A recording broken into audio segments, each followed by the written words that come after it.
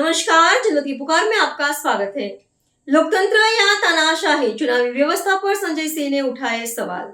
देश में चुनावी प्रक्रिया और लोकतंत्र की निष्पक्षता को लेकर लगातार सवाल उठ रहे हैं। विपक्षी दलों और कई सामाजिक संगठनों का आरोप है कि चुनाव के दौरान केंद्रीय एजेंसियों का खुलकर इस्तेमाल किया जा रहा है। ईडी और सीबीआई जैसी जांच एजेंसियों की कार्रवाई, चुनाव आयोग की भूमिका, 2.5 लाख से अधिक केंद्रीय सुरक्षा बलों की तैनाती और चुनाव में हजारों करोड़ रुपए की खर्च को लेकर गंभीर बहस छिड़ी हुई है। वहीं आरोप यह भी है कि चुनाव से पहले डीजीपी, मुख्य सचिव, डीएम और एसपी जैसे वरिष्ठ अधिकारियों को हटाकर प्रशासनिक मशीनरी पर दबाव बनाया जाता है। इसके साथ ही एसआईआर प्रक्रिया के जरिए करीब 27 लाख मतदाताओं को मताधिकार से वंचित करने के आरोप भी लगाए जा रहे हैं। संजय सिंह की पूरी बात सुन लीजिए। नमस्कार, जय हिंद साथियों।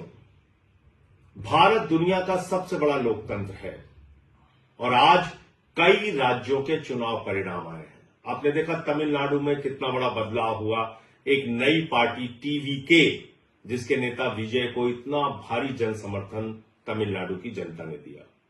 लोकतंत्र में कई बार ऐसे फैसले जनता देती है, एक नई पार्टी के पक्ष में अपना समर्थन देती है। वो तमिलनाडु में देखने को मिला। बंगाल में जो कुछ हुआ, आज उसको लेकर टीवी चैनल पे जश्न मनाया जाएगा। गोदी मीडिया बड़ी बड़ी बातें करेगा, तमाम उपलब्धियां गिनाएगा मोदी जी की और अमित शाह जी की और भारतीय जनता पार्टी की नीति की, रणनीति की, बहुत सारी बातें होंगी। लेकिन क्या यह वास्तव में लोकतंत्र की जीत है? क्या यह जनता के फैसले की जीत है?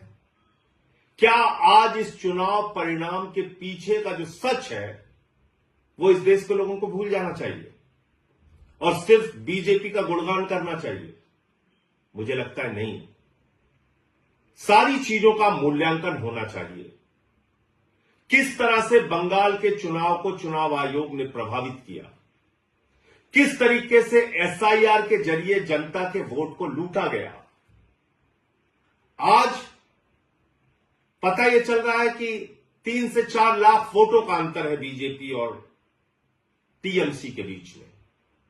यह पता चल रहा है कि 2% वोटों का अंतर है टीएमसी और बीजेपी के बीच में। हो सकता है उससे भी ज्यादा हो जाए, 2-4% हो जाए अंतिम परिणाम आने तक। लेकिन क्या यह 2-4% का जो डिफरेंस है यह सही है? यह वास्तव में बीजेपी का चुनाव जीतने का आधार है? क्या सचमुच में इस अंतर के साथ बीजेपी चुनाव जीत सकती थी? नहीं। 3 से 4 लाख वोट का अंतर है, लेकिन 27 लाख वोट लोगों को डालने नहीं दिए गए। और इस काम में माननीय सर्वोच्च न्यायालय का भी फैसला आने में विलंब हुआ और सर्वोच्च न्यायालय का फैसला तो सब लोग सुन के हैरान थे कि अगली बार वोट दे देगा। अगर आज वो 27 लाख वोट, 27 लाख मतदाता अपना मतदान करने से वंचित नहीं रहे होते, तो क्या आपको बीजेपी की इतनी बड़ी जीत देखने को मिलती? नहीं मिलती। एक अलग तरह का परिणाम आज इस देश के सामने होता। और आज जो बीजेपी जश्न मनाने का काम करेगी, गोदी मीडिया जश्न मनाने का काम करेगी, ज्ञानेश कुमार जश्न मनाने का काम करेंगे, वो नहीं हो पाता। लेकिन दुर्भाग्य से एसआईआर के जरिए लाखों मतदाता, 27 लाख मतदाताओं को वोट के अधिकार से वंचित कर दिया गया। तो ये जो बंगाल की जीत है भारतीय जनता पार्टी की, दरअसल ये लूट तंत्र की जीत है, लोकतंत्र की जीत नहीं है। कितनी गंदी भाषा का प्रयोग किया गया चुनाव में, प्रधानमंत्री के द्वारा, गृह मंत्री के द्वारा, बीजेपी के नेताओं के द्वारा।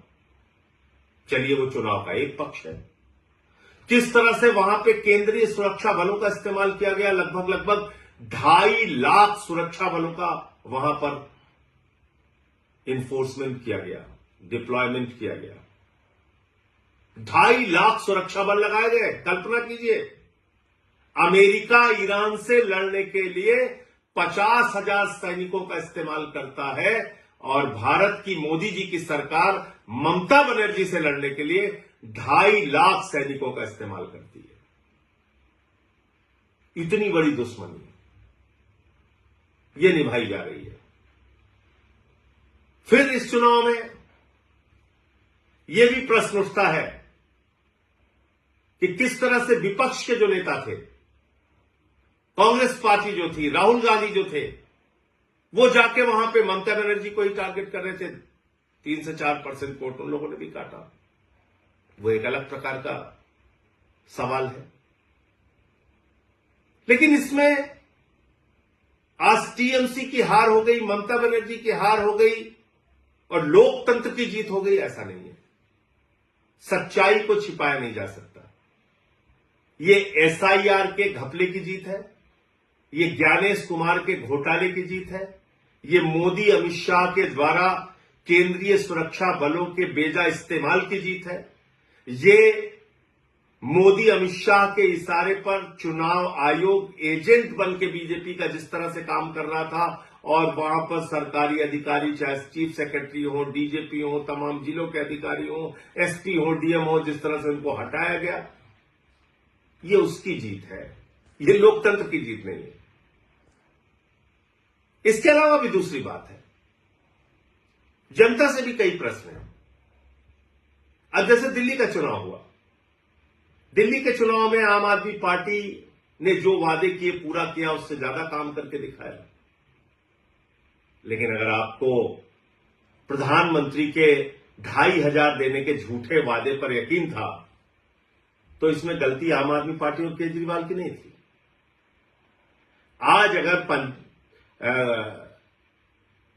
बंगाल के चुनाव में, पंजाब के चुनाव में या दूसरे राज्यों के चुनाव में भारतीय जनता पार्टी जाती है, झूठे वादे करती है, उत्तर प्रदेश के चुनाव में, और उसका मूल्यांकन किए बगैर अगर आप उसको वोट करते हैं, तो इसमें उन पार्टियों की गलती नहीं है।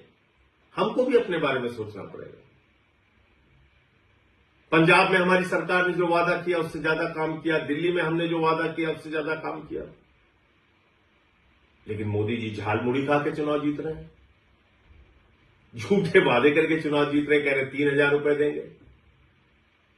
दिल्ली में महिलाओं को 2,500 नहीं दिया, बंगाल में जाके कह रहे 3,000 रुपए देंगे। उनकी नफरत की राजनीति पे अगर आपको गुस्सा नहीं आता,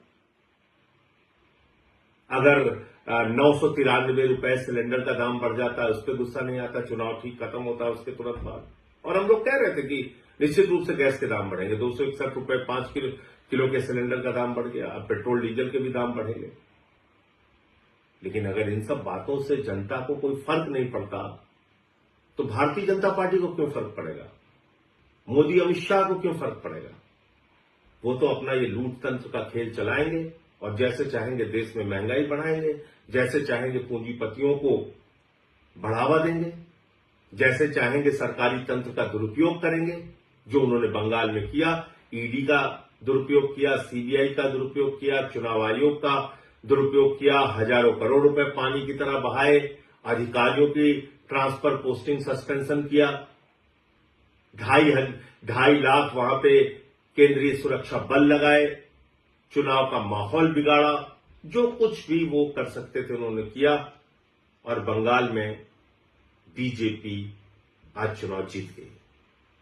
लेकिन याद रखिएगा, उड़ीसा की हालत अभी आपने देखा होगा, जीतू मुंडा की तस्वीर देखी होगी, किस तरह से वो अपने बहन के कंकाल को अपने कंधे पे लेके डबल इंजन की सरकार में बैंक जाते हैं 20,000 रुपए पाने के लिए।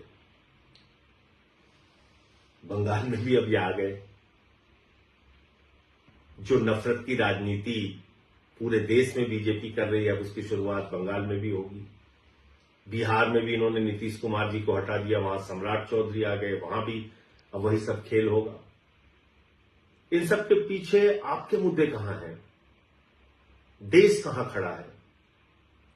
अगर आपको इस बात पे गुस्सा नहीं आता कि ट्रंप भारत के प्रधानमंत्री को हर दिन अपमानित करता है, भारत को अपमानित करता है, भारत को नरक कहता है, लेकिन प्रधानमंत्री कुछ नहीं बोलते, अगर आपको इस बात पे भी गुस्सा नहीं आता कि देश का एक हिस्सा मणिपुर जल रहा है और प्रधानमंत्री खामोश है, पड़ोसी राज्यों से भारत के प्रधानमंत्री के रिश्ते अच्छे नहीं हैं, महंगाई देश में चरम पर है, बेरोजगारी चरम पर है, किसानों की आमदनी दोगुना करने की बात पूरी तरीके से झूठी साबित हुई, काला धन लाने की बात झूठी साबित हुई।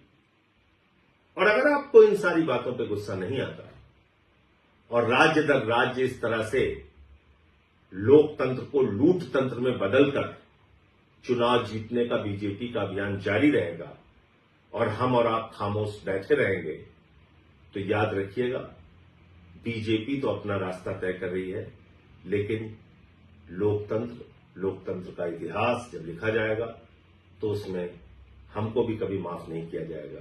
जय। अगर आपने हमारा अभी तक चैनल सब्सक्राइब नहीं किया है तो कृपया चैनल सब्सक्राइब कर लें, लाइक करें, शेयर करें, कमेंट करें। तो मिलते हैं फिर किसी और खबरों के साथ।